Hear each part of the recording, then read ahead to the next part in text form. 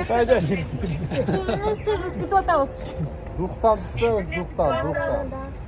2025-жылдын 19 майына чейин ушу Бишкек шаарынын СИЗОсунда кармоону чечти. Жакынкы убакытта ушул жактоочулар даттанууну беришет. 5 сутканын ичинде даттанууну бериш керек. Фейсбуктагы пост үчүн гана айып тагылып атабы?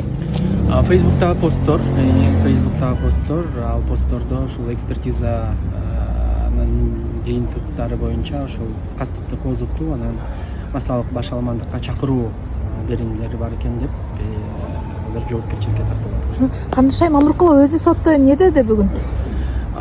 Сот процессин толугу менен эле мыйзамсыз, ушу негиздүү эмес, эч кандай мындай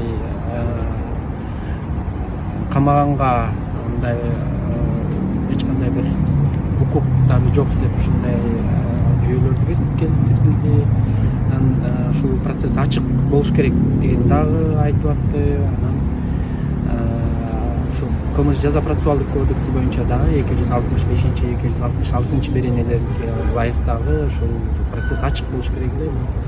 Жабык эшигинде өтүлдү, буга дагы ушул даттануу берилет.